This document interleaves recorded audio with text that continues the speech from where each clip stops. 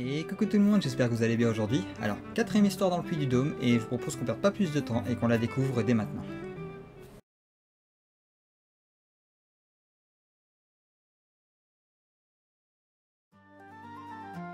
Allez, retour vers un peu plus de féerie cette fois, avec l'histoire des fées de la Bourboule. Rien à voir avec celle de Montravel, car celles-ci semblaient connues pour leur gentillesse et leur bonté. D'ailleurs, vous allez vite pouvoir le constater dans ce récit. Si vous vous rendez à la Bourboule, ah, il y a de ces noms.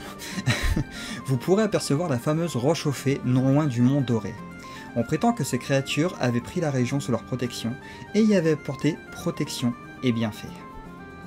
Elles contribuèrent à créer une petite digue en brisant un rocher en deux, ce qui rendit la vallée cultivable et y apporta l'eau qui lui manquait, déversant ainsi les eaux du lac de la Bourboule dans ces terres où rapidement de belles prairies virent le jour.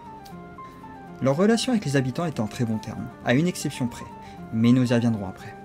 Elles apprirent aux gens du coin les bienfaits de l'eau, ainsi que des eaux thermales où elles prenaient elles-mêmes leur bain régulièrement. Cependant, il y avait bien une personne avec qui les fées ne s'entendaient pas, comme beaucoup d'autres habitants en réalité. Il se nommait Émerigot et était le seigneur du château de la Roche-Vendée, durant le XIVe siècle, connu dans notre histoire pour étendre ses ravages partout.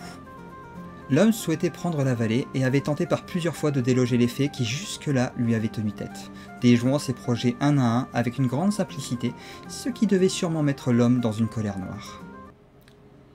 Tiens, c'est marrant, ça me rappelle un truc.